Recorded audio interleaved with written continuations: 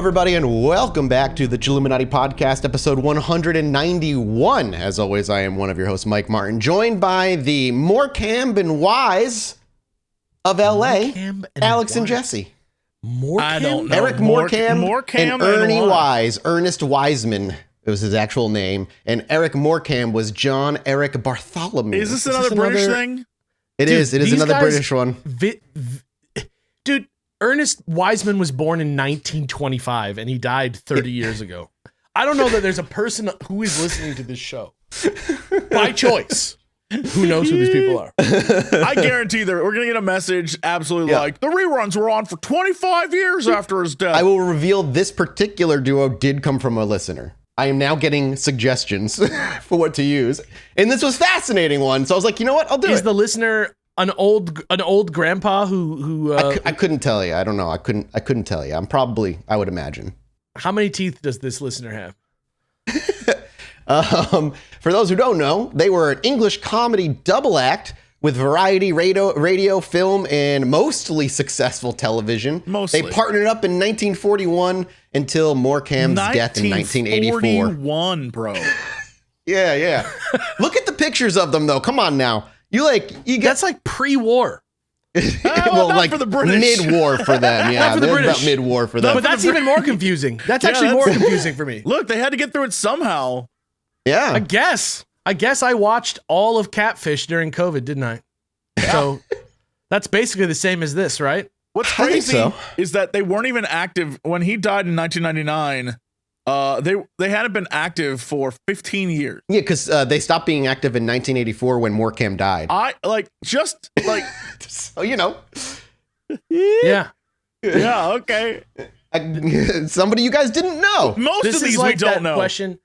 This is a question of like, how can England and America be so different when they speak the same language? And it's like, I've never heard of Morecambe and Wise. Sorry to interrupt, it's Morecambe. That's one.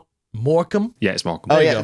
We have somebody who's from England, producer Dean here. Well, hold on. So you know this? Yeah. Yeah, Dean, do you know who these people are? Yeah. Everyone knows Morecambe and Wise. And he's young. He's like 26. He's like, oh, yeah. These guys are on my Mount Rushmore of comedy. Oh, he's short, fat, hairy legs? Wait, no, I know him. I know short, fat, hairy legs. Sorry. I do know these guys. You do? Yeah. You know why? Because I do. I don't know. I'm sorry. That's a good bit. Sorry. That's the one that everybody knows, right? I don't even know. I don't know what you're talking about. I don't know if you're being sarcastic. You're short, fat, hairy legs. Yeah, that's him. I know him. We got it. I do not know what the fuck you're talking about. Sorry. Didn't know them by name, but I know them by their legs. You know who I do know by name? I thought maybe you'd forget, and then we'd accidentally just do an episode about why. No, I was going to say all of our Patreon subscribers. Thank God. Patreon.com/ChilluminatiPod, the finest place. It's going to be a heavy one today, folks. I thought he was ready. He's ready for us to dive into the last part of today's. I'm going to walk away from this one feeling down, but you know what? You guys got to bring your A-game comedy, all right? We need Gallows. What brings me up? Give us Gallows humor, anything. We need Gallows some laughter. Humor? Yeah. What do you call, what? Wait until human atrocities have begun happening. What? All right, guys, if you love this show for some reason and you want more Americans being clueless about British comedy acts, please head over to patreon.com/ChilluminatiPod, where we will keep making this show as long as people keep supporting the show. And there's lots of great stuff that you can get for free $99 on top of your nice, kind offering to us that is not a payment or purchase, all in the name of good, clean, good, old, non-corporate, beautiful, funny entertainment. And you get all kinds of nice stuff. Actually, we've gone corporate, Alex. We've officially gone corporate. Technically, we are now a business. We are now a business. Chilluminati is now a business. That's no joke. We've gone legit. We're part of the big. Yeah, we're part of big government now. That's right.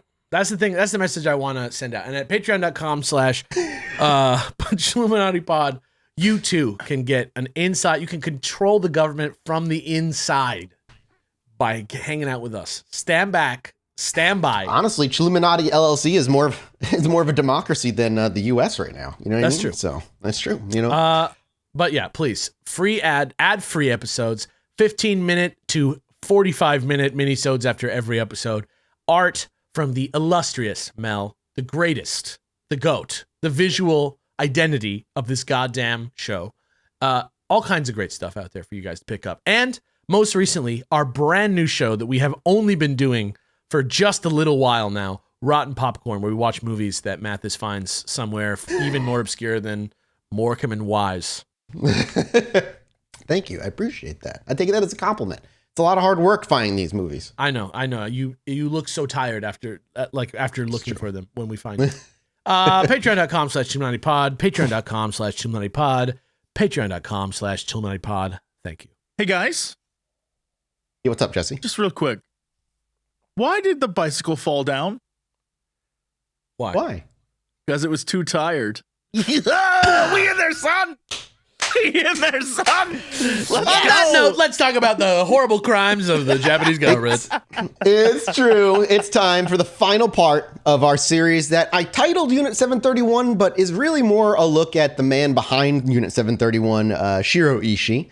And before we dive in, I want to, at the very top of this episode, do a couple of things. One, hey, it's not going to be pleasant. It's probably going to be as bad as last episode, maybe a little less bad as we're going to be wrapping toward the end, but bad in a different way with when you realize how few of them got put in jail. Realize. It's just, yeah, when you realize just what we did. Also, a shout out to one of our listeners, Just Steve on Twitter. He sent me an article from the New England Journal of Medicine talking about how much value was actually gained from both Nazi concentration camps and Unit 731. And the answer, unsurprisingly, is very goddamn little.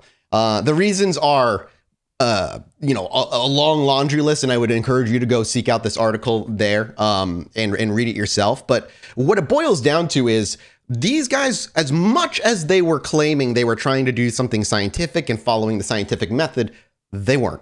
They were like children playing with toys that had very little care for actual steps within science. Never mind the human torture and human, crimes against humanity they performed, but also they didn't record times. They didn't record temperatures. They didn't wear gloves. They had people mingling with other sick people. Everything they did would nullify any of the conclusions is the word I'm looking for, that they would have reached, that they claim to have reached in a lot of their research. Now, it didn't stop the US from starting, in other countries, of course, from starting to think that maybe there's value there and doing everything they can to get their hands on that information. But when it's all looked at after decades and decades of research, there's just no value in what they were doing. And the way they were doing it was just cruelly laissez-faire. Even in Unit 731. The one thing that Unit 731 for certain kind of got us, but it would have been figured out in other ways, was how to treat frostbite, which is to place the frostbitten, appendage in a certain, like, slightly warmer than temperature of water, somewhere between 2 and 12 degrees Celsius. But of course, the way they came down to that, they also tested flamethrowers and all kinds of other nonsense that was completely unnecessary to try and figure out how to fix frostbite, and we would have figured it out on our own in more humane and scientific ways. So whatever it is, we believe we've learned, it comes at the expense of not actually having the foundational evidence that they would need to have come to that conclusion, and therefore a lot of it is trash. And that's just like, I just want to put that out there. And it's a great article. Again, that's newenglandjournalofmedicine.org or nejm.org. And you can go find this. Is an easy article to find. I'll try to remember to link it. Actually, Dean, I'm going to send this in the DM so you can just hang on to it for me for now. But I just want to put that up at the top. As always, a shout out to all of our resources. Today we'll be using, once again, the article from the DC Education Center, the book called Shiri Isho, and the book titled Unit 731. All of these have kind of filtered in to make these episodes possible. And last we left off, Shiri Isho, the man was about to head into the battlefield, really for the very first time in World War II. Thank you to our longtime partner, Talkspace, for sponsoring today's episode. And you all know I've been in therapy for years now. It has affected and changed my life in ways that are just not easy to put into very short phrases. Needless to say, from before therapy and after therapy, I'm an entirely different person. It has worked so well for me in moving my life forward in a positive direction that I truly think everybody should at least try therapy, at least once. I get it though, sometimes people wait until something bad happens to talk to a therapist. I kind of was that way, but let me tell you, there's a better way to do it. Don't wait. Don't be in that bad spot when you go looking for a therapist. You can get a therapist sooner so that when those bad events happen, you've kind of got the groundwork and the foundation to work through it. At Talkspace.com, you can sign up online and get a personalized match with your provider that's just right for you, usually within 48 hours. It's super convenient to have a virtual session with your licensed therapist from the comfort of your home. And that's how I've been doing therapy now for over 2 years. There's no need to commute to appointments, miss time at work, or line up childcare in order to attend sessions. It's mental health care made super easy. Talkspace can help with any specific challenges you might be facing. It's the #1 online therapy platform with licensed therapists in over 40 specialties, including anxiety, depression, substance abuse, relationship issues, and so much more. And lastly, Talkspace is secure and private, using the latest end-to-end bank-grade encryption technology to store client information and complying with the latest HIPAA regulations. And as a listener of this podcast, you can get $100 off of your first month with Talkspace when you go to Talkspace.com/chill. That's all you have to do to match with the licensed therapist today. Just go to Talkspace.com/chill to get $100 off of your first month and show your support for our show. That's Talkspace.com/chill. He, for the most part, kept himself locked away in the Unit 731 villages and fortresses and would oftentimes head back home to Tokyo and end up doing lectures for students, as we discussed last week, with literal parts of body parts of the victims that he had across the country and he was torturing. Sometimes he'd bring heads of these victims. There was just genuinely no concern that what he was doing was wrong, which is objectively, obviously not true. But despite the fact that Ishii's organization was technically officially a water purification and disease... Well, they did say, like, don't tell anyone about this until you die. You know what I mean? Like, even if they're like, they don't care personally, they must have at least known they were transgressing. Well, that's the giveaway, right? Is that they say all these things, but then they're like, take these to your grave, meaning... there is the knowledge that the rest of the world, at the very least, would see these crimes as literal atrocities. But this is one of those Jesse, things where, like, you know, please. The villain is like, they'll never understand the work we did here. Yeah. That is why you cannot tell them.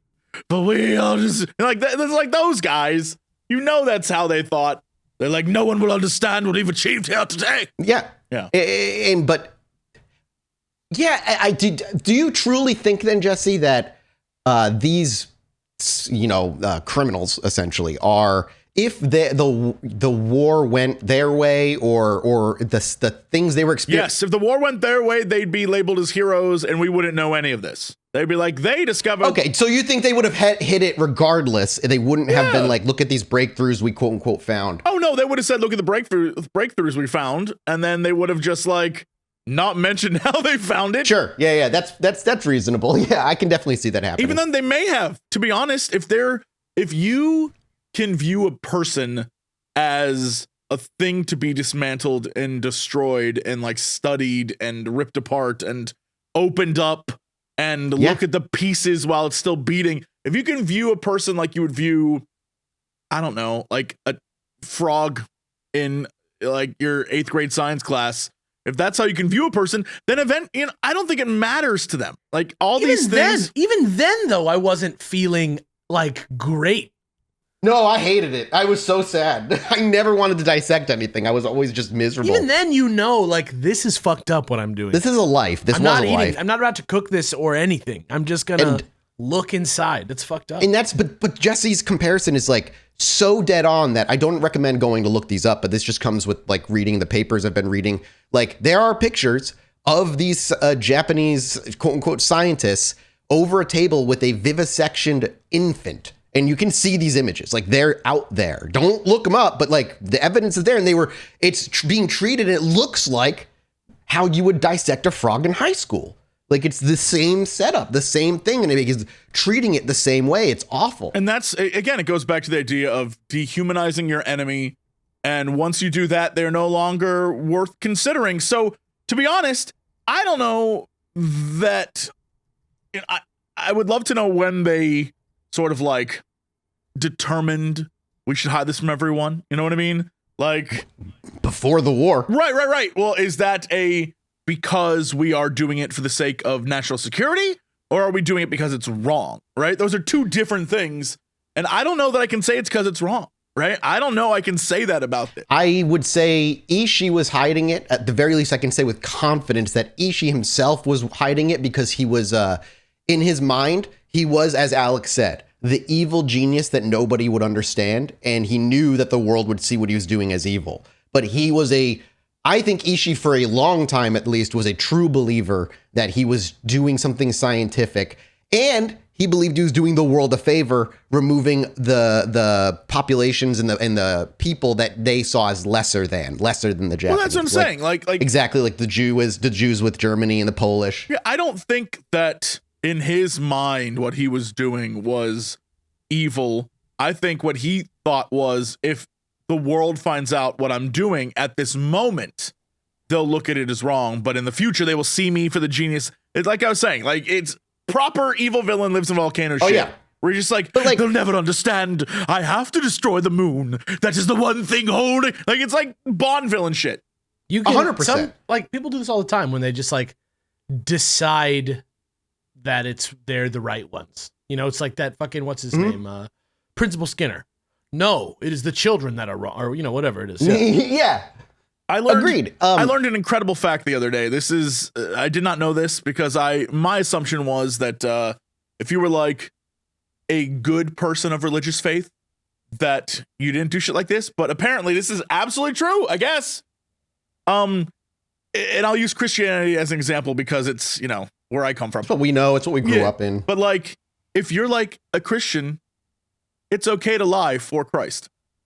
Yeah. Like if the end result is you either get more Christians or something good happens for like it's chill to do that. I will say, not Jesus. Not for Catholicism. Not for Catholicism. Yeah. I learned that shit. I was like, no way. That's some American ass shit right there. Listen, yeah. I grew up Catholic. Me too. What I was always taught was basically the death of a martyr.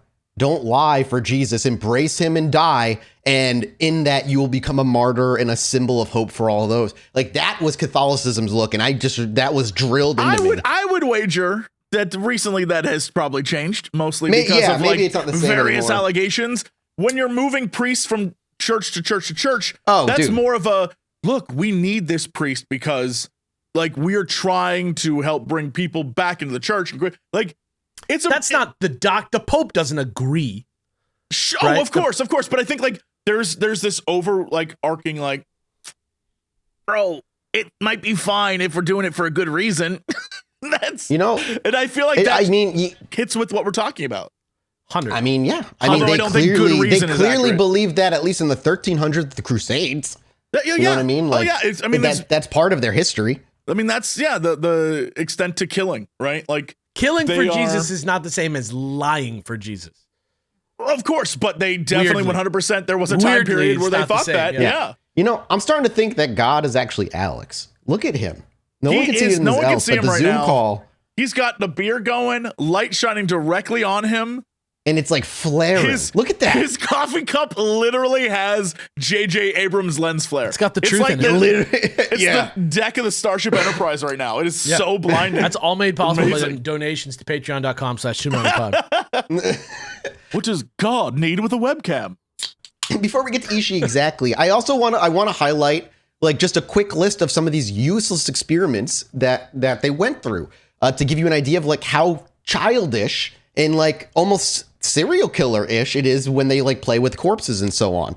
So the things they did included burning victims with flamethrowers, exploding bombs to study the effects of shrapnel, bombarding people with lethal doses of x-rays.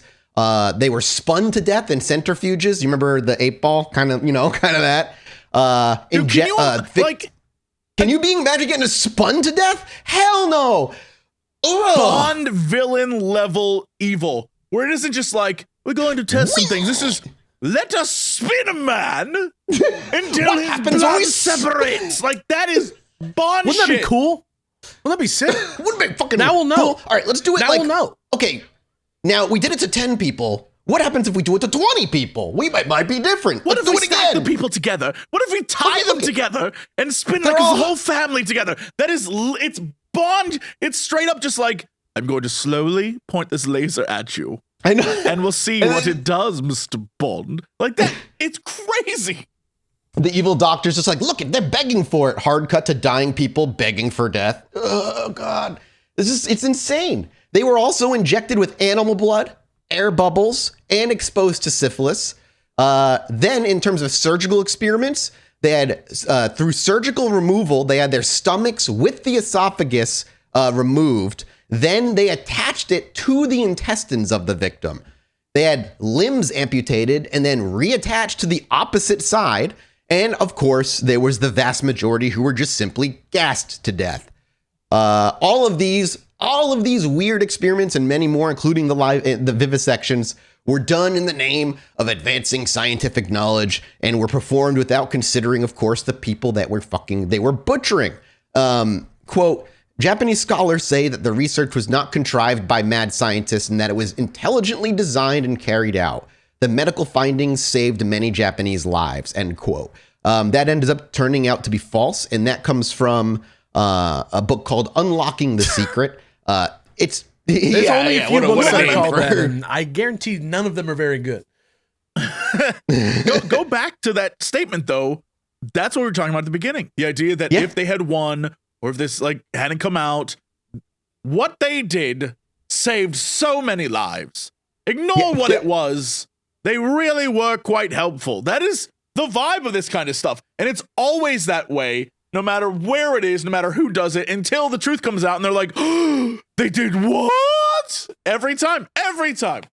Dude, even more so, they would continue with like things like they just buried victims alive to see what would happen. Like, what do you think is going to happen?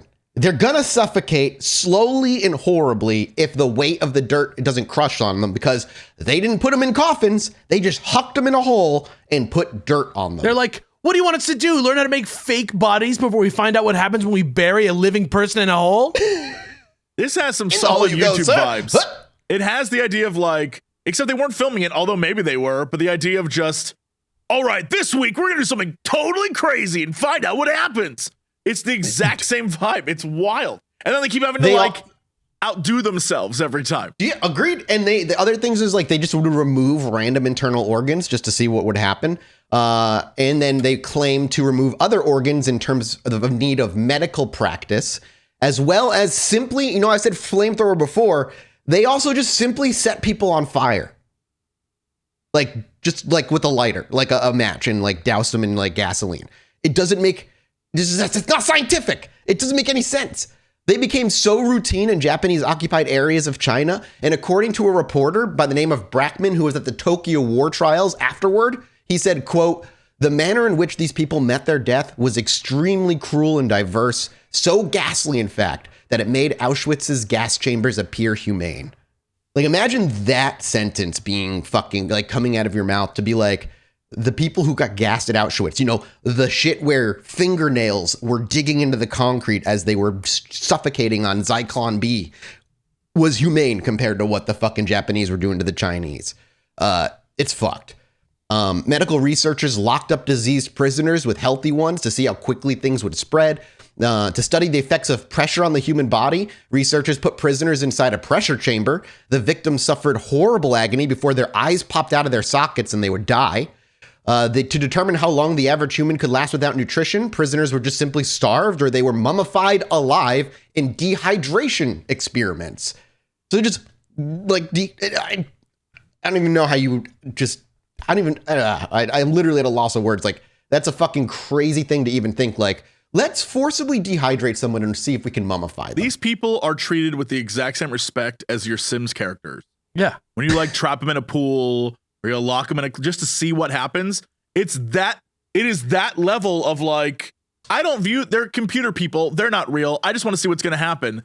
It's that, except Dude, it's if real only- people. You have to If disconnect. only death would swing by like in The Sims and play rock, paper, scissors for your life. Also, at like least. you have to understand the disconnect associated with seeing a person as like, that's my test subject, and I can't wait to see what weird shit we're gonna do to them today. Yep. Like, that's crazy. One of the last things I have here that I listed is they also did like the frog in a pot of water thing, where they would put people in warm water and then very slowly increase the level of the water, cooking them alive. Okay, cool, awesome. What the fuck?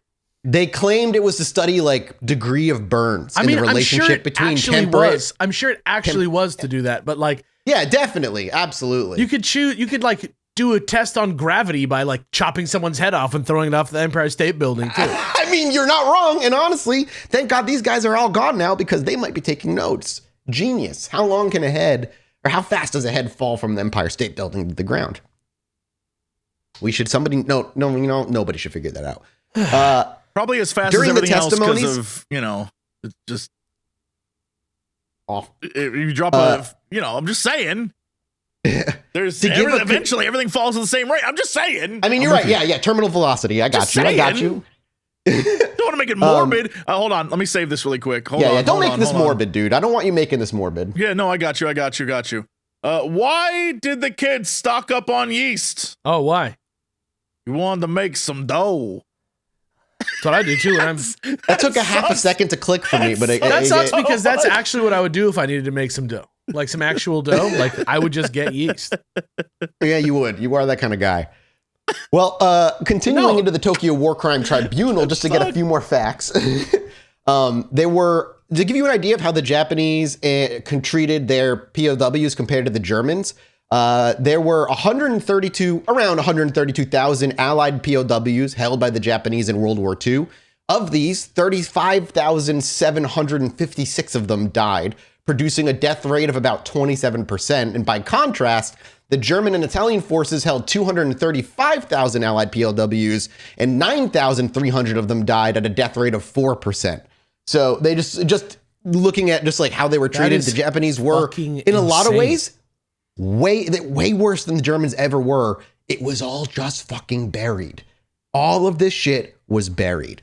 During World War II, the handling of other Asians by the occupying forces of the Japanese military at times seemed obviously barbaric, and quote, the Japanese were responsible for 20 to 30 million Chinese casualties during their 14-year occupation. You're looking, that's like close to 2 million people a year, maybe a little more. That's fucking crazy.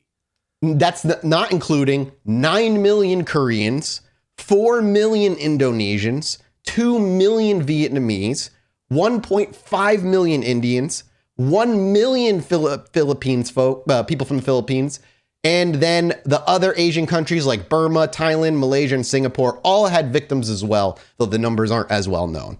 Think of that, is in 14 years, they killed over 50 million people.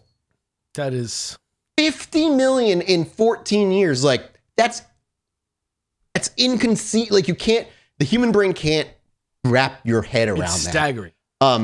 They would use the live Chinese prisoners as bayonet targets for testing chemical weapons. And the treatment of prisoners was obviously abusive, harsh.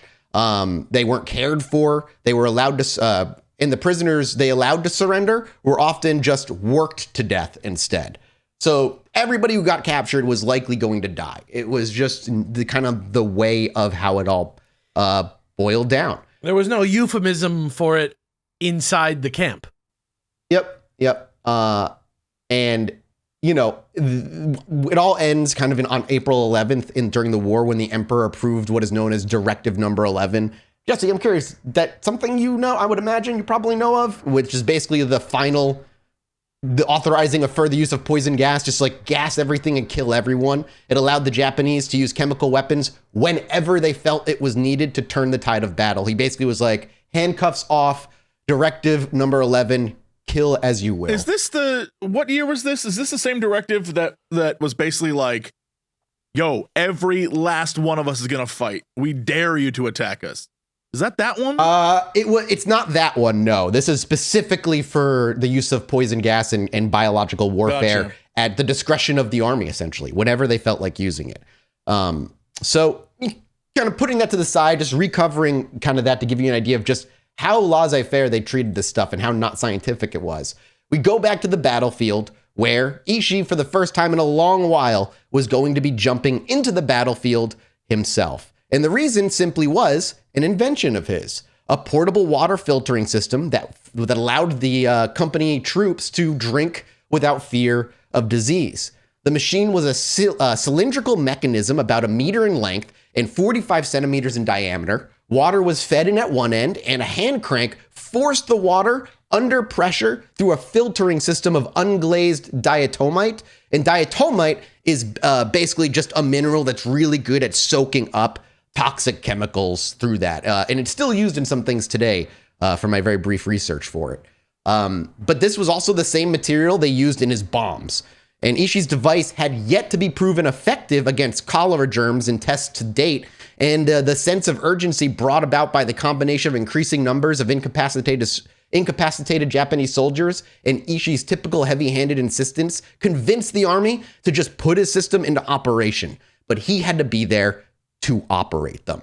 5 trucks carrying water filtration units and a team of about 200 men started supplying drinking water to the Japanese fighting men, and for reasons that remain unclear, cholera cases dropped sharply. Though the reason is just the purification of water and their consistent use of masks and gloves and things that were not super common back then.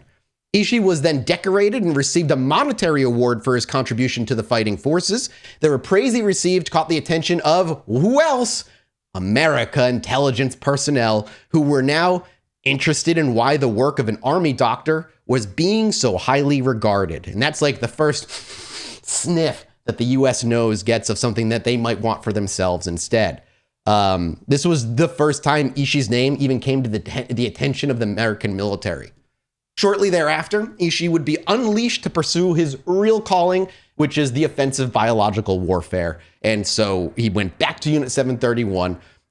And there was also an article from the Asahi, I apologize, it's Japanese, newspaper in 1989 that talks a little bit about how the Japanese saw what went down in Unit 731.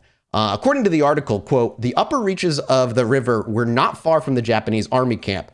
Yamamoto's plan was to throw the pathogens into the river so that they would travel downstream to the Russo-Mongol army and infect the soldiers. We loaded the pathogens into 2 trucks and headed for the dumping area. There were 14 or 15 of us, including the leader. Over the next few days, we made attempts to reach the river, but couldn't make it because of heavy Russian artillery fire and the trucks getting bogged down in soft ground. It's like that video game. Spinning mud tire game. Spin tires. You know what I'm talking about? It's on Steam. The one where you're like trying to spin tire? drive. Yeah. Through muddy waters, basically, and like pull trees. Yeah, exactly. Then on the 3rd try, we made it to the river. It was around early September. The location was 1 or 2 hours by truck from our camp, and we traveled at night without lights to a point near the dumping site. The pathogens were stored in 22 or 23 18-liter oil drums. The cans were tied with a straw rope, and we carried one in each hand. We crossed over swampy ground to the riverbank, watching the Soviet-Mongolian army's signal flares shooting up overhead from the opposite side. The pathogens were cultured in vegetable gelatin. We opened the lids and poured the jelly-like contents of the can into the river and carried the cans back with us so we wouldn't leave any evidence. It was just like a freaking night drive to go check it out and get this just shit dumped in the river, and then off they go, just to poison the river. Because this is how they decided to fight. Their numbers were way lower. They couldn't stand up against the army, so they just resorted to their biological warfare, which is, kind of where we end up with Japanese Unit 731 doing what it does.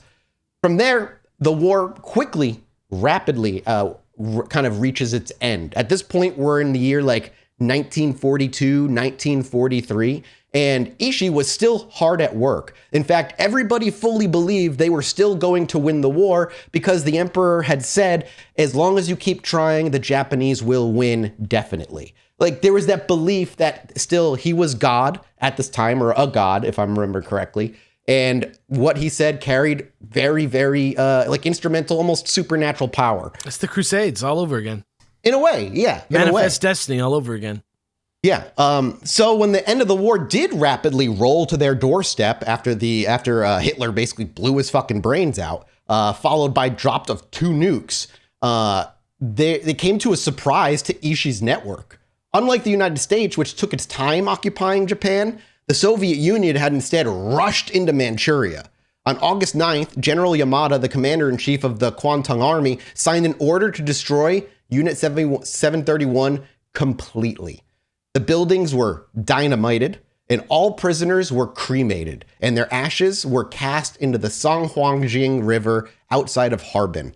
No prisoners were allowed to escape. Jesus and fucking Christ. Again, it's because as I said in episode 1 and episode 2, it's because they got word. It's because we, got into Germany's like pants first, and then they got word, so they had time to burn all this shit.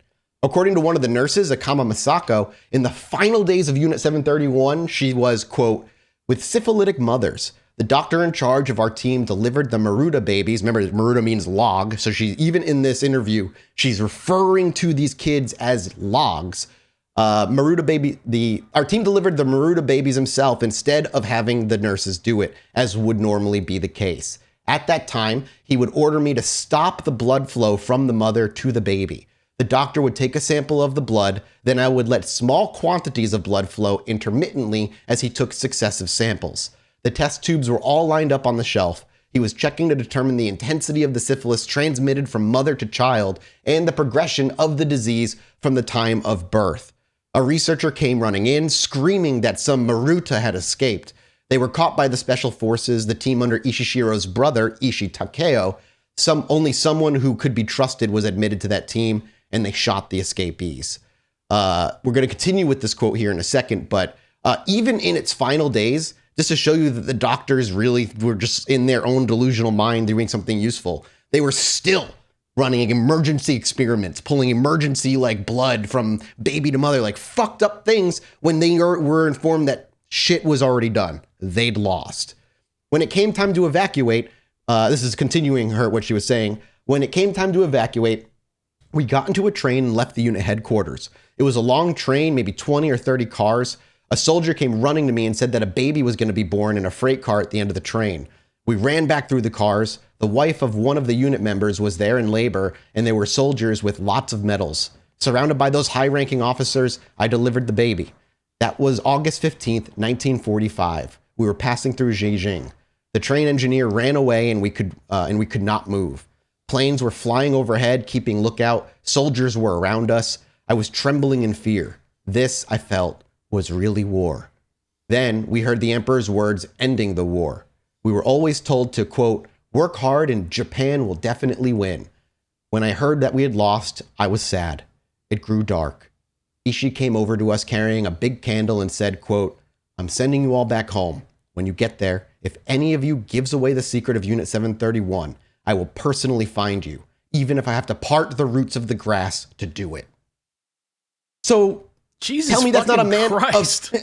Tell me that's, first of all, more comic book evil villain threats. It that I have really to is, dude. I will part the roots of the grass if I find you, should you say a word of Unit 731.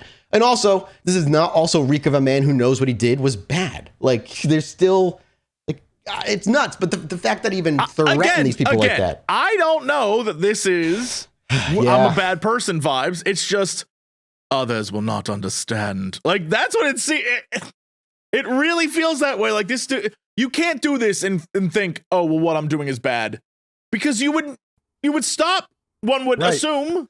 Yeah, you would think. You would assume. She goes on to say that Shiro had a fearful, diabolical look on his face. My legs were shaking, and not just at me, at everyone.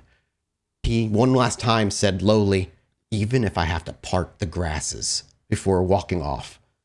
So, like, he even muttered it one more evil time. And so to give you an idea of what happened, if it wasn't clear, like the train was rolling, it came to a stop. The train conductor ran off, and this train was surrounded by Russian soldiers, like very quickly. During the occupation of Japan, General MacArthur became the supreme commander for the Allied powers, SCAP, and according to his order, the functions of the legal section of the GHQ were to advise him on the legal issues and policies related to war crimes and to pursue war criminals.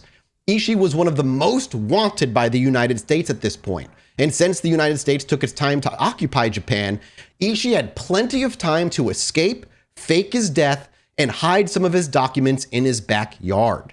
So he was just like, gone, baby. I'm out.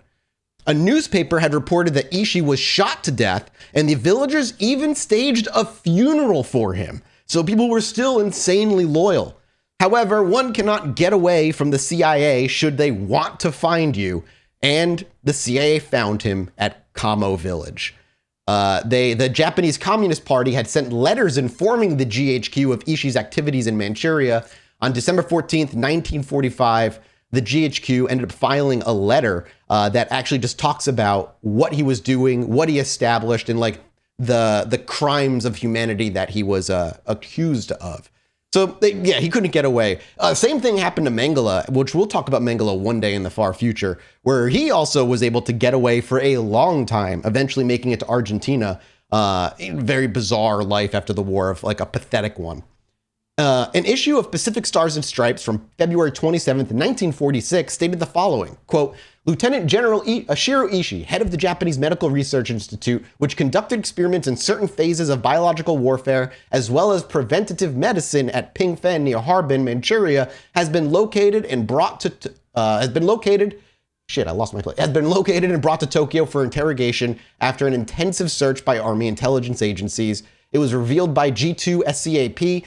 The search for General Ishii, who has been an important intelligence target, was redoubled early last month when a UP dispatched the communist sources with having conducted bubonic plague experiments on American and Chinese prisoners of war. Which is true. They leave a lot of other stuff out, and they frame him in a very doctor-like way, which is completely like the US trying to immediately soften it because they know they want things out of him. And what they failed to also kind of put out is at the very end of the war, there was an emergency plan from Ishii where he had plague fleas that he planned on dropping onto U.S. soil and just letting the plague rip through the U.S. as best it could. Plague fleas. Fleas, yes. Like old school, how the first time the plague transferred. Insane, yeah. And that he had plague fleas. And we talked about it last week, how he gave animals their plague. He let them breed in the freaking tubs of disease. And then after like 3 or 4 weeks, they would all go in vials and they were all going to be sent off to poison or disease of shit. It's literally villain shit. We just keep saying it, but it just doesn't quite sink in, does it? It just keeps being more, you know? I know. Over the years watching James Bond films, I'd be like, that's so stupid. Yeah. There's no way that a guy would do something like, and then you just keep being reminded that, like, I mean, the writer did work for British intelligence. Like, you know, you're like, oh yeah, I guess maybe he isn't, like, it isn't too far-fetched that people are this awful around the world. Well, the U.S. was thoroughly interested in Unit 731 at this point, and as the end of the war brought Allied forces and civilian personnel to Japan by air and sea, a new chapter was about to begin for Unit 731. The post-war story of the outfit begins in September of 1945, technically, a little earlier than we just were, with the docking of the American ship Sturgis in Yokohama. Among those on board was Lieutenant Colonel Murray Sanders. He's going to be very important, but more importantly, in the part that I like, it's crazy. A highly regarded microbiologist who had been lecturer at Columbia University, Sanders had entered the military and been attached to Camp Dietrich in Maryland, which is the heart, the root, the very start of MK Ultra. If you remember MK Ultra, yep. Dietrich is like where it begins, and they're already operating out of there doing some sketchy fucking shit. The American Military Center, this at the time was the American Military Center for Biological Weapons Research and Development. The work done there would have been at the heart of retaliation, which President Franklin Roosevelt had threatened for what he termed Japanese, quote, inhumane forms of warfare in China through biological weaponry, which is completely correct. As the Sturgis worked its way toward the western part of Tokyo Bay and the port of Yokohama, Naito Ryochi waited on the pier. Naito, one of the men closest to Ichi, and the number 2 man in Ishi's research laboratory in Tokyo, already had a history of duplicitous dealings with foreigners. Before the war, he studied in Germany and in the US, at the University of Pennsylvania to be specific, and during his stay in America, he had walked into the Rockefeller Institute in New York with a letter of introduction from the Japanese embassy in Washington and a request for samples of yellow fever virus. He was asking the US for yellow fever virus. That's fucking... something I think... Oh. I think something people don't probably know about the US, the CIA, or at the time the OSU or OSC, OCS, or whatever it is, they were trying to convince the president to allow them to reach out and try and talk to Hitler or talk to Hitler's high-ranking officials to make peace with all of them, to give Hitler as like the sacrificial goat. And then they'll all be pro-US, rah-rah. And they did have dinners multiple times. It just never went through. Jesse's about to drop some history bomb on us. I can see it in his fucking face. Just a reminder to everyone listening, the largest, I'm not going to say the largest, I'll say one of the largest. Prosthetic butts of all time is in the movie Valkyrie. Oh, no. You're going to say General Motors? One of the largest gatherings of Nazis in the world US, was Madison Square Garden. So, like, before you think... Man, pictures. America, we sure are pretty good. Nah, bro. Most of the reason why we didn't get into World War II is for a long time until we were attacked. There was a sizable portion of the country that was like, bro, those Nazis, they're not so bad. That's like it's real. That's why it took us forever to get involved. Yeah. And it's just like I said, the CIA was already talking to him, was trying to see if they could figure out a way to, all right, you can kind of get your loss, but we can get you out with like a little bit of elegance. You give up Hitler, we can pin it all on him kind of thing, and let everybody else get away with it. As far as the request for the yellow fever, the reason that he gave the United States as to why he was requesting it was that he explained that at the time he was at an institute that was working on a vaccine where upon returning back to Japan, he'd be heading out into Manchuria to work on a development of a vaccine for this disease. So he just needed a sample of it just to make that work. Luckily, America refused because obviously there was mounting U.S.-Japanese tensions over the latter. All the people that were doing this shit in America were off that day. They're taking a little break. Yeah, well, this was happening post World War II. Keep that in mind. Like the war is over and this guy shows up. Yeah, there was obviously a lot of problems with their the tension with what happened with the country's aggression in China. He attempted to resort to bribery, but in the end, he came back to Japan without any yellow fever viruses. He did try to. I like how he tried to attempt the U.S. We said no, but we also didn't arrest him. We were like, you know what? All right, get out of here, you little rascal. Don't be so silly. Go. Back in Japan, Naito wrote up secret reports on ways of increasing the virulence of the pathogens, methods of bacteriological warfare, and other subjects that were being handled in the Ishii organization during World War II. It's crazy that he just like was so bold enough to just walk into the U.S. and ask for a disease, and that I don't know what's crazier if he did that, or that the U.S. was just like, nah, get out of here. And this is like, go, get out of here. No get questions. Out of here, you rascal. No, like, he tried to bribe the U.S. and the U.S. was just like, it's not like an American came in and did it, though. You know what I mean? It's always weird when it's somebody from another country coming in to do something on your terms. You're kind of like, let's use this. True. Right? Yeah, true. Well, as the crew of the Sturgis threw the ship's berthing lines onto the dock, Naito, who was purposefully awaited it, was ready to play his role in launching the Unit 731 into what they call the post-war Odyssey. Japan's information network had found out that Sanders would be on board of this ship and that he would be in charge of investigating Japan's biological warfare activities. Years later, Sanders himself described the scene this way in an interview, quote, "My mission was biological warfare. I was to find what the Japanese had done, and when the Sturgis docked in Yokohama, there was Dr. Naito. He came straight toward me. He seemed to have had a photograph of me and said that he was my interpreter. So he's weaseling his way in, like, hey, how's it going? I'm your interpreter. Don't freaking worry about it. And then Sanders goes, Sanders was asked if he knew that if he was a member of Unit 731 when he had approached at the time, and he said no, I had no idea that he was part of Unit 731. You take that with a grain of salt. I don't know if that's true, but that's all we have on it, and there's no way to know otherwise. Sanders himself installed himself in his office and started his job of meeting with Japanese believed to be concerned with research into and or actual employment of biological warfare. And from there, with the dust of World War II still hanging over Tokyo, a new contest immediately began. Rather than making offensive war against its enemies, Unit 731 decided to go on the defensive against the occupation forces. The data gained from human experimentation once again became ammunition, this time in the bargaining room rather than on the battlefield. The Japanese hoped to use their knowledge as a tool for gaining freedom from prosecution as war criminals. They knew America wanted this stuff, and they sniffed it out very quickly and started maneuvering themselves into a position where they could leverage that. Sanders offered other memories of Naito too in this interview, saying, quote, he was a very humble, shy person, very careful. He went home every night and came back the next morning. If you're interested, I found out later that he didn't go home, but went to the various Japanese headquarters. At those offices, Naito conferred with others on what information should be given to Sanders and what should be withheld. So yeah, he would always say he was going home, and then he's like going back to his little spy circle and being like, okay, I've told him this. What should we dangle in front of him? What is it? He kind of wants this, but just doing political stuff in the back end. Naito also kept the Japanese officials apprised of the content and progress of his discussion with Sanders.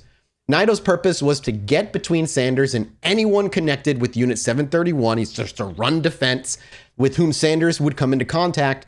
And for this reason, the American failed to make any considerable amount of progress. Naito, the interpreter, become informer kind of filter, was sometimes evasive, sometimes contradictory in this game of cat and mouse. The dude got played. Sanders was not good at any interrogation. He wasn't able to figure out that Naito was playing him, and he had no idea, and he was just making fucking no progress. He was just like a dumb American being like, all right, well, I don't know why you'd lie to me, so I don't know, nothing's happening. That is Jesse's just shaking his head back and forth quietly. No. What do you even say to this? Give me a joke. Joke about him. Come on now. I got you. Why can't the nose be 12 inches long? Why? Because then it'd be a foot. I'm not high enough for that shit. Yeah. Well, back to Sanders being outplayed. Sanders was up against a wall and told Naito that if things continued the way they were going, that the communists would be coming into the picture. Quote, I said that because the Japanese exhibited a deadly fear of the communists and they didn't want want them messing around with them, he appeared the next morning with a manuscript which contained startling material. And that's true. They did not, the Japanese did not want to come into contact with the Russians, primarily because they knew that the Russians' interrogation tactics were basically torture. And they knew the Americans would be way more open to peaceful negotiations. And besides, America had just shown it is the most powerful country in the world twice over, unnecessarily. So, they're trying to, hedge their bets. Finally, Sanders was up against, after saying all of that, and he brought back the material, he says, quote, it was fundamentally dynamite. The manuscript said, in essence, that the Japanese were involved in biological warfare. The document, Sanders stated, gave the line of command of the Japanese military with all of the departments implicated plus or minus. Obviously, as much as America wanted the information, the Japanese had an equal interest in avoiding what they considered the justice of the Soviet legal system, at whose hands their fate would be easy enough to predict. His gambit appeared to be succeeding. Sanders took this document to General Douglas MacArthur, the supreme commander of the Allied powers, and from there, the balance of options began being weighed. There was information that America wanted, and on an exclusive basis. At this point, keep in mind the OCS, which will eventually become the CIA, was kind of created in World War II, like in the fever of World War II to keep people safe. But now they don't have an enemy. Now they are no longer rogue. Now they have nothing to do, and they want to maintain their power, maintain the things that they're doing. They wanted to expand, they had an not enemy. be gotten rid of. Yeah, well, that was what I was going to say is, so the Russia was like, they just jumped on immediately wanting to jump into a war or like some sort of head-to-head with Russia on some ground because it gave them a reason to continue to exist, as well as give them a reason to keep increasing their funding and grow themselves to, do MK Ultra in the 50s and so on. There was information that America wanted, and on an exclusive basis, that would mean America's turning its back on the forthcoming war crime trials and striking a deal independently of the judiciary proceedings with the men who had the data. Sanders recalls MacArthur as having said, quote, "Well, if you feel that you cannot draw out the information, we are not given to torture." So, deprived of the stick of physical duress, the American microbiologist went back to Naito with a carrot instead. MacArthur would assure Naito that in exchange for the information, the informants would not be brought to trial, which is step one of these guys getting away scot-free. Quote, "This made a deep impression, and the data came in waves after that. We could hardly keep up." Like, as soon as they gave him a safety, everybody's like, here's everything. In December of 1994, a written record of several meetings that took place between Sanders and top echelon Japanese officers surfaced in the home of an 84-year-old Japanese former staff officer. That's so fucking nuts. I know. It was published in the spring 1995 issue of the Japanese quarterly magazine Senso Senkinin Kenkyu, or in translation, the report on Japan's war responsibility, with the agreement that the owner's identity remained confidential. The record was written in Japanese by the Japanese interpreter at the meetings, and excerpts appeared in the article. The meetings took place at MacArthur's headquarters in Daiichi Sogo Building on October 9th, 11th, and 16th of 1946. The interpreter for the first two meetings is listed as Kamei Kanichiro, quote, "a member of the House of Representatives with very strong ties to unit leader Ishii." This person's continuing involvement with post-war Unit 731 members and their bargaining efforts belies claim over the years that the government was in the dark about Ishii's activities. Yeah, we knew. No shit.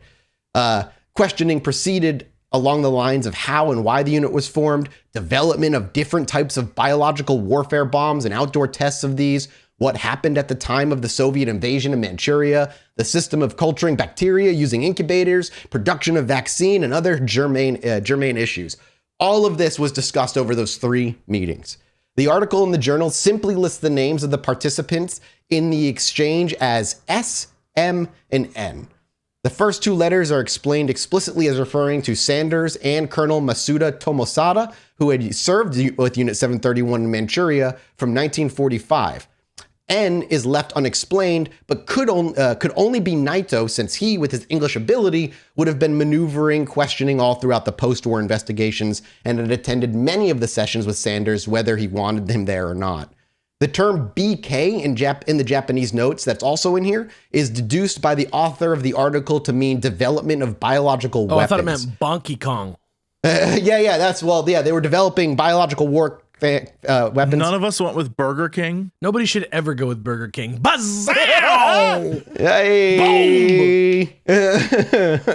I'll give you boys a small little excerpt here of a piece of the journal that we can read. It's very, very quick. I'll be Naito, since it's just the first line of the thing. I'm not going to send it in Zoom because that crashes Zoom for me every single time. Small little excerpt, but just to give you an example, so like how these meetings went and how kind of business-like they were. Naito begins, "I brought Colonel Masuda with me, the man we spoke of the other day. Jesse, you can be Sanders, you're the American, and Alex, you're Masuda." Well, I see. Did you not engage in BK research? Well, sir, I must say that, yes, I did. I I went with it because his last name was Sanders, but like it's all Yeah. I'm just matching you, man. This is how it was back in the day. Yeah, I know. I It's get like it. I get it, Deadwood. Yeah. I'd like you to tell me about them biological warfare researchers. Well, I will testify that I know about Burger King and will gladly talk about it. But first, I want to mention that what I am about to say is my own opinion. I believe that you will not use it for political reasons. No way that this was no way this is a real like there's no way anyone said this. Yeah. That's what Masuda said, yes. I know that you, Colonel Sanders, spoke yesterday with Lieutenant Colonel N, aka a Nintendo, and I feel secure in speaking freely about this now. This is verbatim. Yes. This is Verbatim like- from the notes. That's directly translated from his notes. That last bit seems so fake. This is like when you know the lawyers are listening. Yeah. yeah, exactly. It's how you know you're being listened to. This is like the YouTuber scratches her arm in a weird way and she's being kidnapped or whatever. Oh my god. Flashback. Holy shit. No, this is in the notes. Now, whether, of course, they spoke like this because they knew notes were being taken, obviously, it's up to your interpretation. But the transcript of this meeting notes that, quote, the statement made to Lieutenant Colonel Naito in this investigation is data for a secret report to the American president. It is not to be revealed. Rather, if a problem concerning the biological weapons arises among the various countries, America's knowing our situation can dispose of the problem to Japan's advantage. This is not concerned with the question of searching out for war criminals. So that was just like, they were basically like, the president is about to get all of this on his table, and the Japan's like, you can get us out of the problem. If shit comes out, you can fix this. This shows, obviously, that the proposal made with the involvement of the American president to grant immunity from war crimes was already on the table less than 2 months after World War II ended. Less than 2 months, and we're already like, all right, you they're killed probably millions. chill. They're probably You killed cool now. Let's just. tens of millions. They're probably figured it out. Let's They probably bring you learned on their board. lesson. Oh God. And this is while Naito was capable of using and disposing of human beings with no more compassion than scientists extend to lab rats, superficially, he appeared to have much in common with Sanders because he was a fucking master politician. He was playing the game. What are we gonna say at the time? This is Right. like earlier you made the darkest. I know it was unintentional, but you were like, as the dust settles over post-war Japan, I'm like, holy like that's dark, Mathis. That's like, admittedly, we dropped 2 nukes. We didn't know what those nukes would do. We dropped 2 on them people. Like, I imagine at the time they were like, all right, buddy, if you don't hate us, we'll take you. Like, I mean, Yeah, and I know you did it. I was just like, I meant to imply it, but not as like a joke, but absolutely. It just was like, giving contextually. This is a very severe Yeah. time in Japanese history. Let's put it that way. It is. Yeah. They're in a bad spot. But it's crazy that they're in this position, but America is willing to bargain with them when we have the power. But at the same time, they're going to go to their graves with these secrets unless. But I mean, again, America was doing we will do anything to stop the communists. yeah, and that's bingo correct. And it the whole didn't fucking reason they matter- do this. Because the The fear. things they do, we do some bad. To be clear, we did shit. vaporize 250,000 Japanese people in 2 seconds. Yes. And then, countless pain for decades after.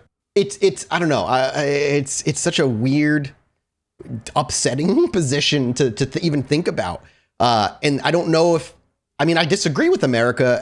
Less than 2 months moving in to give these fucking. It was like either they go with serial us or they go killers. with them. Like And that's the exact- and commies that's are going to come and unfortunately it, take because- them. And it was about doing anything and everything to stop communism because it was going to destroy our way of life. That was the belief. And they knew that if they, or at least they believed if they didn't take them in, Russia would, and they would gain a huge advantage. The reality is they wouldn't have gained an advantage. They just would have gained useless information like we did. And a friend. And a friend, and a new friend. So Sanders and Naito really did kind of find this common ground. A lot of it was simply because both of them were researchers, not military men, and yet had both ended up as soldiers and even attained some sort of rank as lieutenant colonel. They kind of had this like weird connection. And the main players in the crucial first encounter between American authorities and Unit 731 seem to have interacted not on the basis of victor and vanquished, but more like peers. Sanders, the scholar, looking through his colleague Naito's microscope.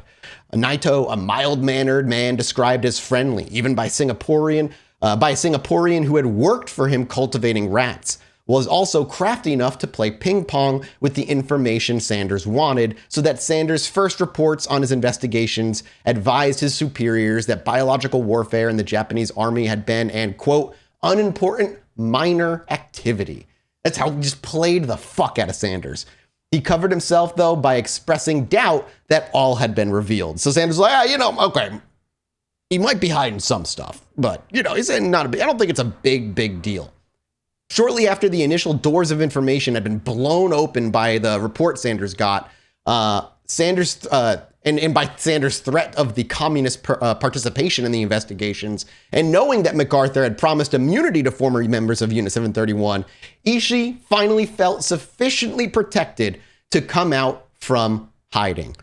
Then, while the Allies were tied up with the burden of preparing for the upcoming War Crimes Tribunal, Ishii was placed under house arrest. There, he was made available for questioning by the successor to Murray Sanders, Lieutenant Colonel Arvo Thompson. I love that name, Arvo. I've never heard that name. That's a fucking such a name like from that time. Yeah, that's a 40s that's like name. A old 1900s American. Yeah, Arvo Thompson. Lieutenant Colonel Carls Jr.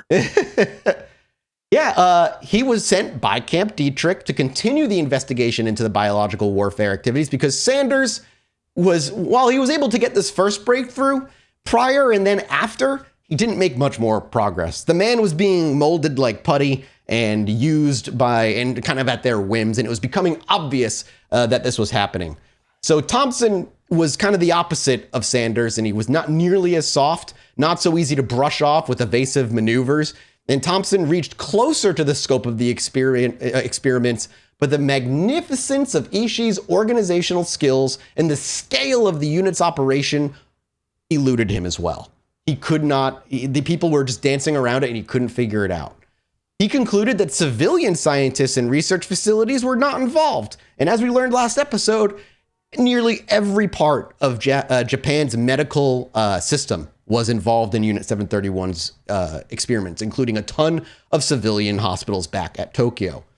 One thing the Japanese did have demonstrated throughout history is their ability to form a complex, at times frustratingly Byzantine organizations to coordinate complicated activities. That's a quote, by the way. That's why not from me. That particular is a quote that I'm reading. Continuing that, feudal Japan in the 17th through 19th centuries was made up of some 250 feudal domains, the number fluctuating as new ones were created and others abolished, with a complex and clearly defined bureaucracy at the center. No European country had such a precision-cut hierarchy of internet functions and responsibilities. The shogunate also organized what is considered the world's first secret police as an arm of government, as well as an espionage network. The fact that Japan had a fully developed money economy by the early 17th century, even to the point of using a variety of paper credits in major business transactions, is another indication of an advanced sense of organization. End quote. That all comes from the book Unit 731. And that stuff I didn't actually know in terms of just history. I had no idea that they were using like currency well before a lot of other people were like using paper currency and such. Because, or back in that time, America was still just a freaking bunch of colonies at that point. Ishii's empire was, in a sense, a mirror image of that feudal webwork. Remember how I called it in the first episode, Ishii's network, and how it operated as like this huge living organism in many ways. It extended even down to the police network. Lingering Confucian relationships between established researchers and their disciples meant that medical students were under the control of their instructors. Data from the prison and research cells circulating back through Tokyo and out to the nation's medical research facilities tied the military and civilian medical worlds together in a very complicated logical framework. The development of biological weapons was, in fact, sometimes just a cover for ordinary medical research using extraordinary methods available to the Japanese only in the Ishii organization. This was one aspect of the machinery which completely eluded the Americans as we were trying to get information out them. The net was broad and deep, yet the Americans were still invisible. Thompson, dejected, left Japan without getting too much closer to reality. And back at Camp Dietrich, his findings were evaluated but led to no firm conclusions. There would be one more person sent to go and interview these people, and it would actually be a civilian, which we'll get to very, very shortly. However, on the way back, the Ishii was starting to get emboldened, and more he was willing to start trying to speak with the Americans on the promise that he would be spared, being arrested, being handed over to the Soviets. But the Soviets were still interested in Ishii and his organization for three big reasons. Like in a good bargaining position. Yep, he's in the best place he could possibly be after doing what he did. One of the reasons was the proximity of the unit's operations to Soviet territory. Next, of course, was the desire for revenge for Japan's use of biological warfare against Soviet soldiers. Again, he dumped shit in the river. The third motivation was the prospect of obtaining grist for the propaganda mill. Whereas America wanted to forego trying some highly educated medical researchers as war criminals as part of a quiet quid pro quo, the Soviets wanted to do the opposite and make a whole lot of noise. So there's just like totally different angles on what they wanted to do with it, though both kind of meet in the same area of obtaining the information for themselves. The request went to MacArthur's headquarters, and on February 7th, 1947, MacArthur sent a dispatch to Washington saying, quote, prosecutor for USSR at IMTFE, which stands for International Military Tribunal Far East, requests permission to interrogate former Japanese General Ishii, Colonel Kikuchi, and Colonel Ota, all formerly connected with bacteriological warfare research. Requests based on information that experiments authorized and conducted by above resulted in the deaths of 2,000 Chinese and Manchurians. So the Soviets know we have him. They want to interview him and are asking us for permission. And MacArthur, in that, also gives his opinion, saying, quote, that Russians not likely to obtain information from Japanese not already known to United States, and that United States might get some additional information from Russian line of questioning and monitored interrogations. So MacArthur was just like, go for it. We could learn more here. The contest of wits and information maneuvering between America and Russia was on. Should the U.S. at MacArthur ask the War Department acquiesce to the Russian request, and about 6 weeks later, toward the end of March, permission came from the Joint Chiefs of Staff in Washington for an SCAP-controlled Soviet interrogation of Ishii, Kikuchi, and Ota. Before the U.S. let the Soviets get to them, however, Kikuchi and Ota were to be interviewed by competent American personnel first. The War Department expressed its readiness to pass such personnel to Tokyo for a preliminary interrogation, secret from the Soviets, not letting them know they're doing another interrogation, and then for monitoring the subsequent Soviet interrogations when they are handed over. If the preliminary interrogations brought out any important facts, the Japanese ex-officers were to be instructed not to reveal them to the Soviets and also not to tell the Soviets that the preliminary interrogations had taken place. So at this point, Japan is we're working with them. We're going to pull the wool over Russia's eyes. They're going to lie for us. We're going to back up their lies, but we're still going to let them interrogate them so they have the look as though, or the objective, the view that they got their chance to interrogate them. It's just America immediately jumps into being like, let's be kind of bad guys here. And I get it. It's because they were like, communism bad, can't let communism have anything. But they really just kind of embroiled themselves very, very deeply, kind of instantaneously.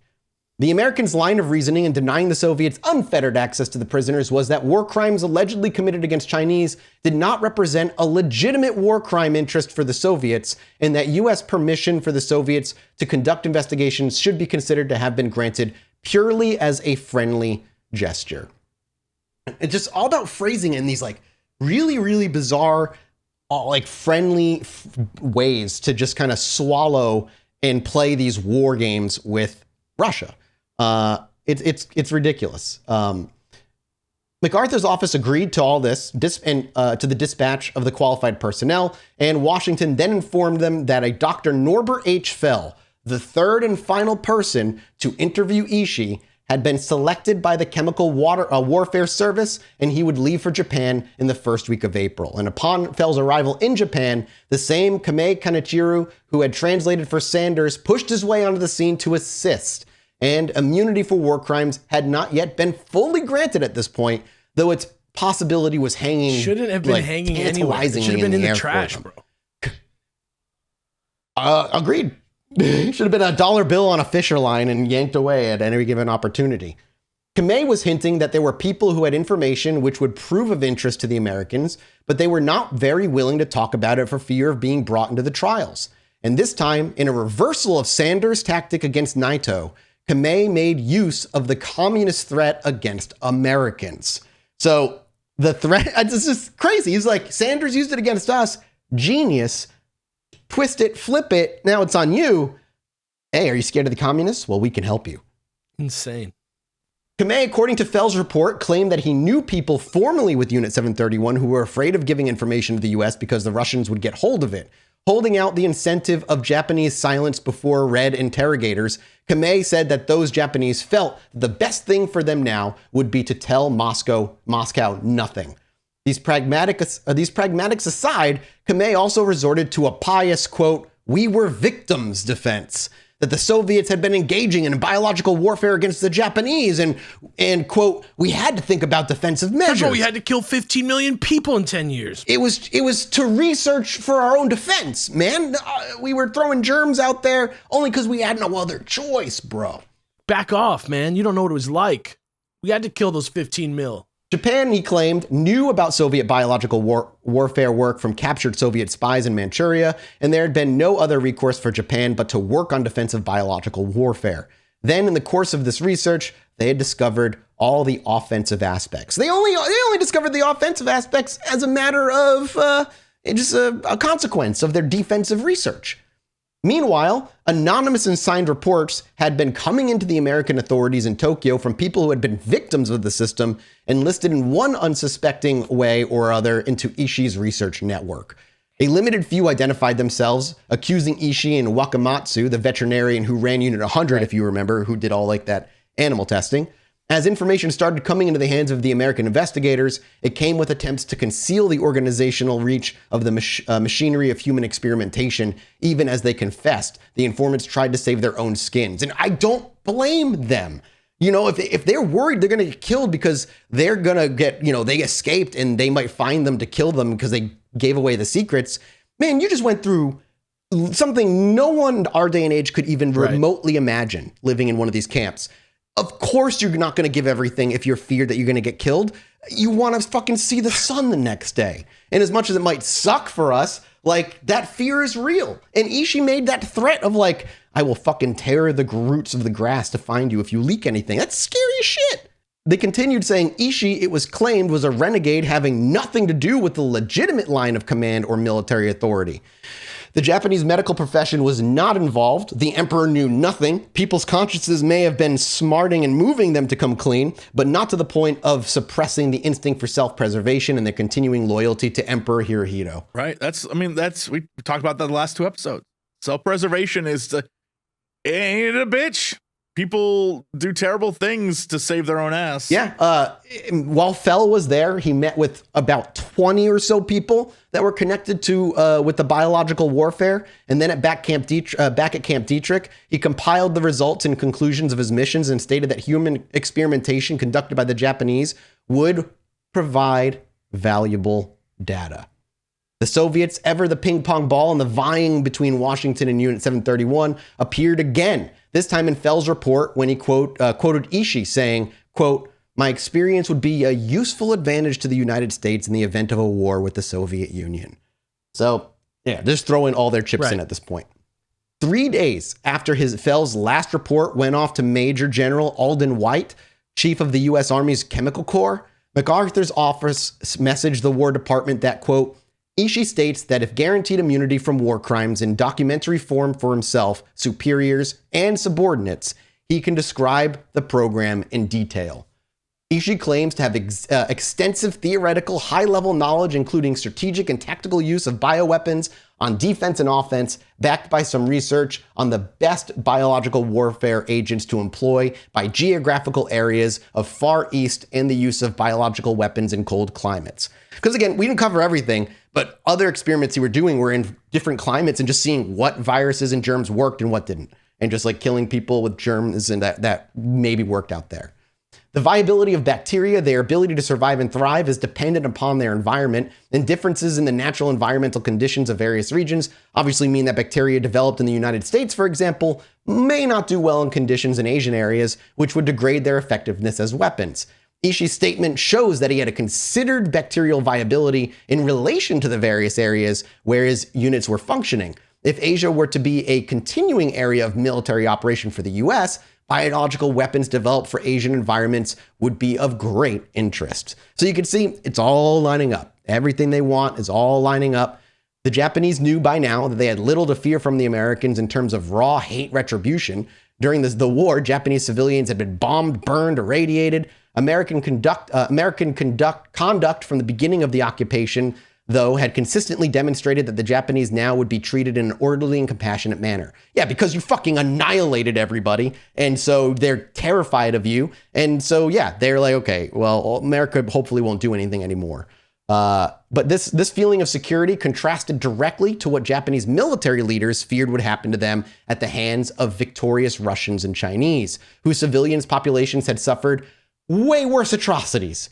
A message from MacArthur to Washington on May 6th of 1947 mentions clearly that, quote, statements so far have been obtained by persuasion, exploitation of Japanese fear of USSR, and desire to cooperate with the US.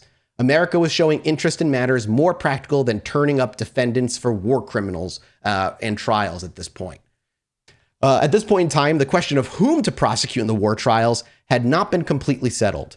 Testimony reported by the Soviets was convincing enough for IPS to inform the War Department of its opinion that, quote, it warrants conclusion that Japanese biological weapon group headed by Ishii did violate rules of land warfare, but this expression of opinion is not a recommendation that group be charged and tried for such. Adding that corroboration and evaluation of the suspects and their testimony for trustworthiness would be necessary first.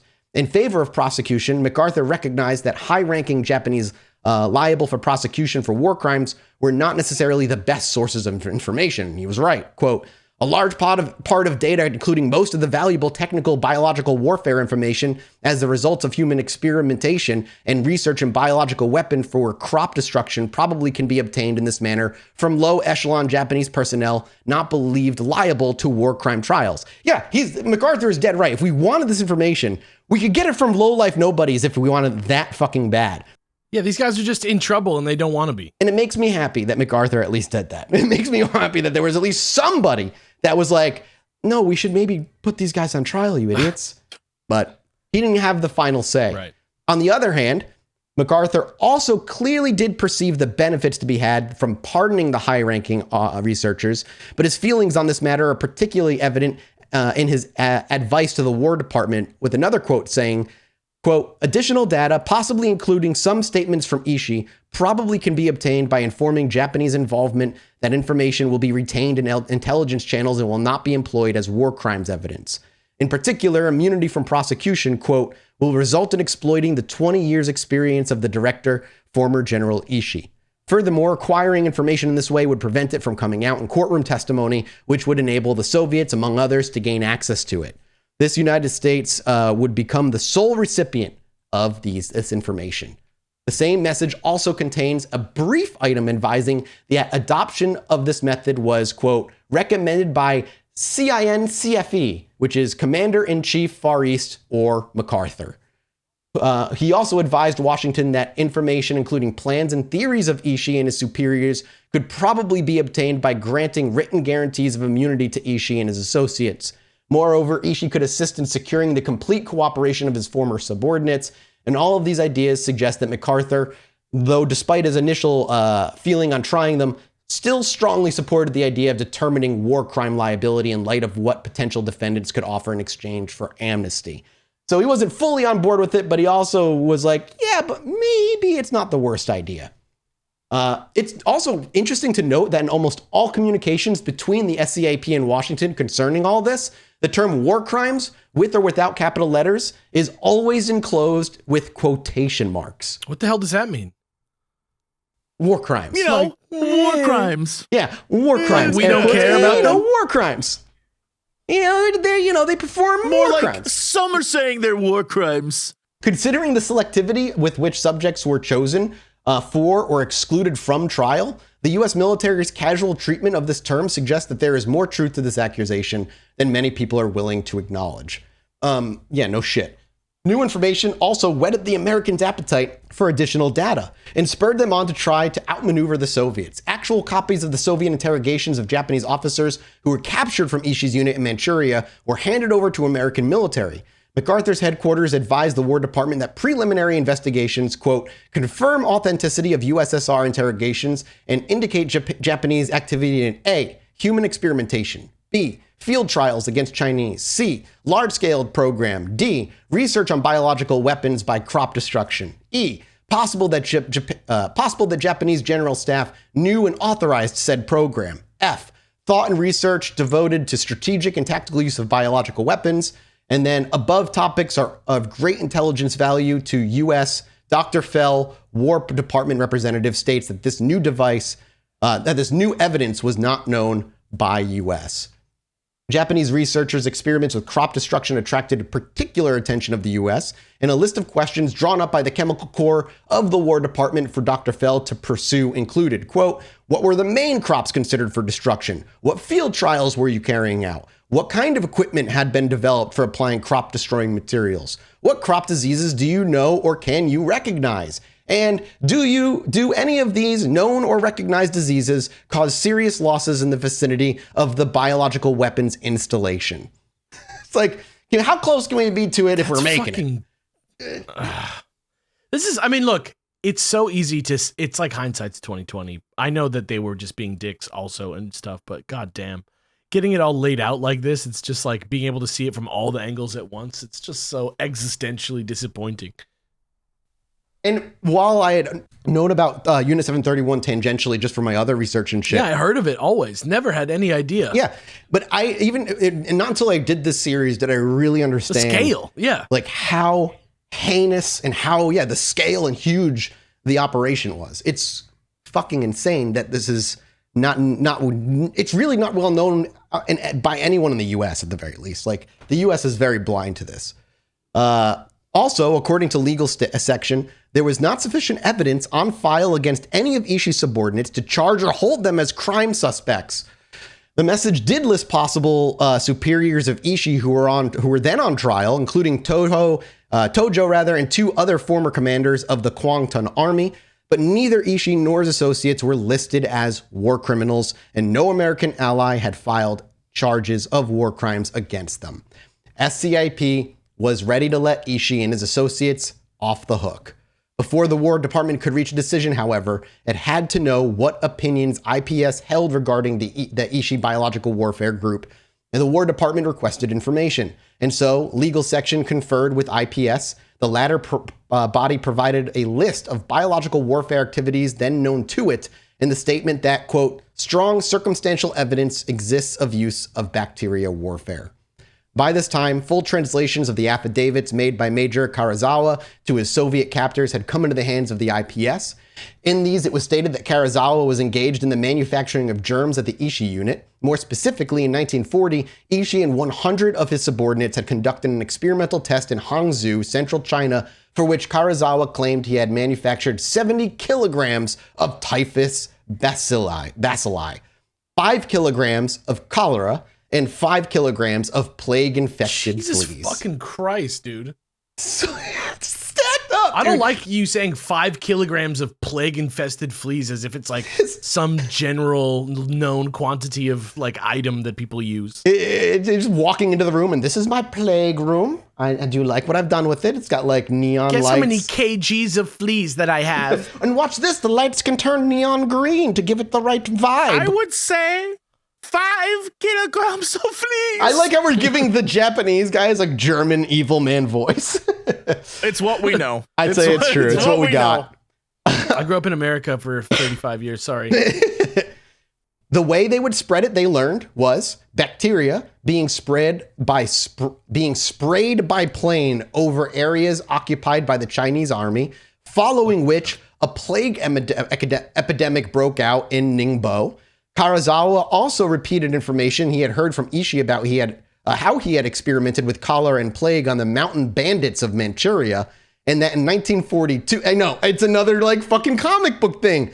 I will not test my plague on the masses, but I need a smaller group. They hide in the mountains. The mountain bandits of Manchuria, they'll be perfect for us to use as test They subjects. think they can hide from me. You can't hide from plague fleas. In 1940, That's so fucked up. in 1942, in 1942, when the Japanese army was retreating in central China, the Ishii group infected the vicinity of Chuxian and Yushan with typhoid and plague as they were on their way out. They were like, all right, fuck all of them, just disease them and run. And that's what they just fucking just dropped every disease and ran. Further testimony claimed that on several occasions in 1943 and 44, the Japanese special police Ken Patai had furnished as fodder for human experimentation with plague and anthrax Manchurians, quote, who had been sentenced to death. So they just were exposed to anthrax and plague just to see. Karazawa even implicated people at the very top of Japan's military organization, claiming that Ishii had advised his staff that they were under orders from the general staff in Tokyo to improve virus research. IPS had also obtained information on 4 locations in China where, in October and November of 1940, Japanese planes scattered wheat grain and bubonic plague appeared shortly afterward. So they just dropped wheat grain infected with fucking bubonic plague. Yet it still refrained from bringing Ishii and his subordinates to trial. Nor did it deem it worthwhile to call up members of the Ishii group to testify against their superiors who were listed as defendants in the trials. And in December of 1946, after considering using the material in its hands as a basis for prosecution, IPS replied to SEAP and by extension the War Department that the evidence on hand was not sufficient to connect any of the accused with Ishii's detachment's secret activities. In reply to SEAP and the War Department back in Washington, it was couched along these lines. Some copies of these reports were labeled as being destined for, quote, commander-in-chief, so there can be little doubt that the US president was also informed of all of these events in Tokyo, including the biological warfare intelligence coming into American hands. In other words, to borrow the expression that the president himself made famous, on the decision not to prosecute the former members of Unit 731, the buck stopped right at Harry S. Truman's desk. Like, fuck him. He knew about all of this shit, and he still did not give a fuck. America's decision not to prosecute Ishii and his men was not the final word on the matter, though. In July of 1948, I'm assuming surprising nobody, the Soviet Army newspaper Red Star carried an article by Colonel Galkin, special correspondent on the newspaper for Japanese biological warfare. And according to the article, the Japanese were preparing to use biological warfare on a large scale, and they had a huge bacteriological center in Manchuria. Galkin's piece did not state that Japanese biological warfare was intended for use against his country, and instead specifically pointed out that it was for use against China, the United States, and Britain. The Red Star article also did not mention Soviet citizens as victims of human experimentation when they were. Still more surprising, the Soviet article did not mention the imperial order, which had allegedly led to the establishment of the labs in the first place. There was only mention of Prince Mikasa acting as the emperor's representative. So again, the Soviets were making it loud, but also squirreling a lot of a way that they could keep it from themselves and not necessarily make the Japanese that they keep for themselves enemies in the eyes of other Russians. You know what I mean? Like, because they didn't affect us. They were fucking other people. Don't worry, we're fine. Sometime later, however, a different version of events emerged from behind the Iron Curtain. In December of 1949, in the city of Khabarovsk, on the railway line north of Vladivostok, 12 former members of Ishii's organization were placed on trial for war crimes, finally. Soviet press reports told the US State Department of the first installment of the trial results and included confessions by several Japanese that the Japanese General Staff and War Ministry had set up secret labs in Manchuria during the time Unit 731 was first getting set up for preparation and execution of bacteriological warfare. During court testimony, these were said to have been established on direct order from Emperor Hirohito. The Soviet account goes on to state that the Soviet Union was one of the intended targets of Japan's biological warfare, contradicting their initial statement that Soviet citizens were among the victims of experimental research, that bacteria were mass-produced for use in war, and that outposts along the Soviet border were established for the purpose of conducting biological warfare against the USSR. Soviet veracity was brought into question as the State Department compared these accounts of the trial with the Red Army's newspaper earlier recounting of biological warfare activities that didn't include Russian citizens. It is apparent that Moscow had hoped to use the Red Star article as a goad, assisted by the fact that the New York Times picked up on the story too and brought it wide publicity back here in the United States. How could the other allies, specifically the U.S., refuse to bring the former members of Unit 731 to trial when their own citizens had been victimized? Like putty in the hands. The timing of the Russian trial and the accounts of it, in which no special pains were taken to emphasize Japan's use of biological warfare against countries other than the Soviet Union, supports this viewpoint. The Tokyo war crimes trials had been wrapped up 4 months after the appearance of the Red Star article, without Ishii or his cohorts ever making an appearance. And so the Soviets no longer had any incentive to dwell on any suffering other than their own. And America wanted Ishii's group, and the emperor protected. More than that, it wanted secrecy and exclusivity. The Soviets pressed to bring them all to trial so that the secrets America had obtained from the Japanese could be made available to everyone, especially obviously them. But America won. And Unit 731 made its contribution to the Cold War. Sweet. America wins. Yeah, nice. In America, hell yeah, America wins. And most of them, including Ishii, would go on to work in many different pharmaceutical companies here in the USA for the rest of their lives. And Ishii would live a peaceful, comfortable life here in the US until the age of 59, where he would die of throat cancer. Thank God. Fuck him. I'm glad that got him. However, it does not dismiss any of the secrets that America kept, the burying that we actively did alongside the participants of Unit 731, and all of Ishii's subordinates taking positions in America and making money just becoming a U.S. citizen, which is fucking crazy.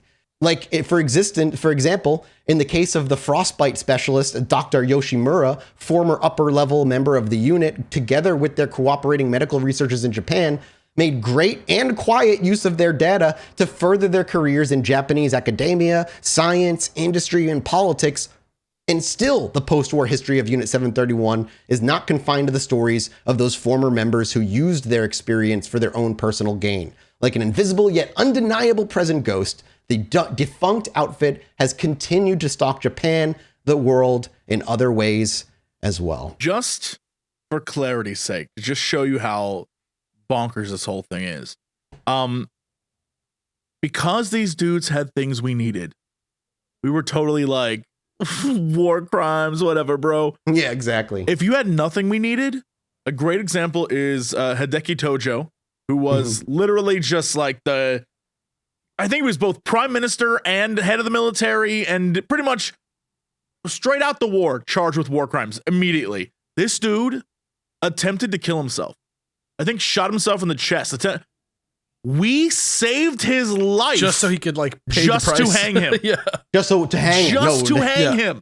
Like, that is where we were. If you were not useless, if you had no use to us, we were just like, hang them. They are criminals. But if you were like, I killed a bunch of people and I learned a few things and maybe that'll be helpful, we're like, all right, come on, bring dude. her on in. That's where we were. That's crazy. We will absolutely in the future do a multi-parter on Operation Paperclip, looking at the German side of things and how, in my opinion, Josef Mengele, his own paranoia is what prevented him safety because he was so afraid of getting caught. When in reality, had he approached and done very similar things, he would have lived an equally cushy life like the Operation Paperclip folk did that cooperated. I just keep thinking about how one day I'd like to do an episode about The Last Castle, which is just a fantastic story. And one day I'll have to do that. As the wrap up, let me give you a brief description of what some of these people did post-war. Ishishiro specifically spent his last years in relative and unwilling inactivity. He was afraid of being taken by the Soviets for war crimes, and after negotiating his way into immunity with US authorities, he could not locate meaningful work. His lack of what would today be called, quote, people skills made him unwelcome to many of his former subordinates who had moved on to lucrative positions of respect and preferred to distance themselves from Ishii. He wanted to work at Naito Ryochi's company, which we'll get to, but he was not wanted there either. Ishii contracted throat cancer, and there were rumors of former unit members having a hand in it, and died in 1959 at 69 years of age. And of course, Kitano Masaji, one of his older subordinates, officiated his funeral. Even his own dudes at that time were like, no, we don't want you. And there's, rumors that they killed him. Then there's Naito, Kitano Masaji, and Futagi Hideo. The American military action in Korea at the time brought a demand for blood. Sick. Hearing opportunity knocking, Naito, Kitano, and Futagi decided to go into business together, and they established Japan's first blood bank in 1951. Heavy purchases by the armed forces of the United States set the company on the road to financial success, and the blood bank was later named Midori Juji, or Green Cross, and it continued along its prosperous path. It is now one of Japan's leading pharmaceutical companies and has even moved overseas, setting up offices here in the US. These were started by Unit 731 scientists. I hate that. People who did human experimentation. I feel like we should be watching this. I feel like we should be watching this as like a little like after the end of the movie thing. And it's like, why can't we be friends? The gray screen. He went on to lead a wonderful life. Be in war crime jail. The worst part is, again, they set it up for money. They just saw an opportunity. And they formed the first one, and Green Cross still exists today. It is still out there saving people's lives.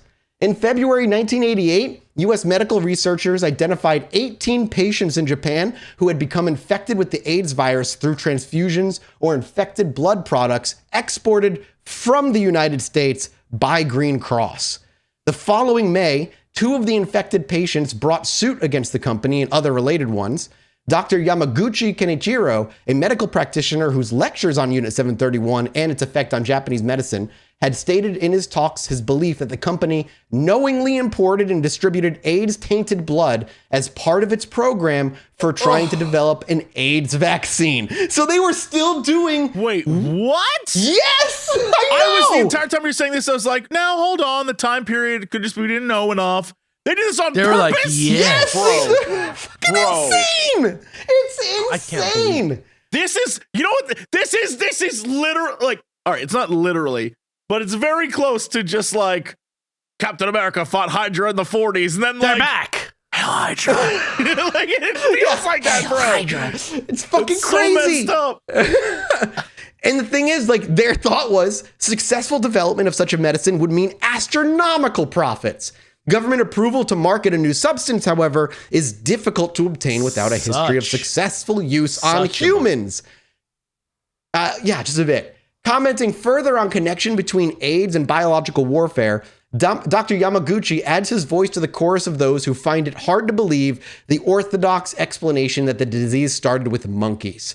It is much easier, he says, to think that it was developed in Fort Detrick as part of their ongoing biological warfare program, after which it somehow leaked out. A researcher at Fort Detrick was said to have remarked to the effect that, quote, that within 10 years, the U.S. would have developed a biological weapon that would be more devastating than anything to date. Just 10 years after that statement, the first AIDS case appeared. The Fort Detrick origin, says Yamaguchi, is a much more scientifically realistic explanation. Does that ring familiar to today's day and age at all? Where? Diseases don't hop from animal to human. That's never happened before. Preposterous. God. One of the former unit members described Unit 731 in a post-war interview as the best paying job anyone could have gotten at the time. Get the fuck out of here. Yeah, this is fucking insane. Shut the fuck up, dude. But you know, now we have a long list. Nazis, like, it was good exercise walking around like that. Yeah, and that's, I'm sure, what it was in their mind in a lot of ways. Researchers were paid as civilian employees for the Imperial Japanese Army, but we now have a brief list of some of the major players of the Unit 731, but some of these major players were as civilians rather than as military, but there's not that many of them. You can look it up. There's just like a list of names and what they did in the place. But again, it's not that long a list. It's maybe 3, 6, 9, 10, 11, 12. It's like 15 people, 16 people is all we know. That's all we have. And there's so many testimonies you can read that we didn't even touch. Things from people that were attached to virology experiments and so on. There's so much to just like imbibe, and it's all so valuable just to understand the truth of the history. And I would really encourage you to read it. It was just, I blasted through these books in like a couple of days. And it's worth it. Unfortunately, like I said, they get their own, they lived a happily ever after for the most part. And America made that very possible, where America's where dreams can come true. And that's the end of Unit 731. And I hope at the very least, if you were able to laugh along with us, great. But at the very least that you were at least walk away with a better understanding of how of some of the more human crimes and atrocities that happened not that long ago, World War II, you know? So there you go, boys. Fucking hell. Unit 731, Ishishiro, the long promised, over 100 episodes ago, I promised we'd do this, is now done. I'm very happy. It's 3 parts. They're big, chunky episodes. It's big listening. So I appreciate you all tearing through it with us and joining us. Next week, we're going back to the Old West, boys, with another crazy fucking story of another crazy fucking cannibal that lived I was literally going to ask you, it's not about a cowboy that eats other cowboys, is it? It is actually. It absolutely is. It's going to be another a high demand for Cowboy Cannibal. By the way, is there a movie called Cowboy Cannibal? Because there should be. Listen, have you ever seen Cannibal the Musical? There you go. I have not, but Boone Helm was one of my favorite little series we did, and I found another one that like hooked me, and this is going to be great. I'm announcing Cannibal the Musical as the next Rotten Popcorn. I thought, okay, I'm down. Is that what we're doing? I don't know when on the list it goes after whatever the hell else I've said. Oh, it's just going to be there. That's on there. All right, I'm down. Well, boys, we got to go do a mini-sode. So thank you all over at Patreon for supporting us and honestly just being our lifeblood. And thank you all for listening and just really being there and having the numbers continually going up. It's really cool to see the growth of this show continue. We couldn't do it without you. So please spread the word. Let your folks know. Leave us reviews. Follow us on the socials. Support us in whatever way you can. And we'll continue doing big deep dives like this as our show ages. That's it for us. We love you. Bye. Bye.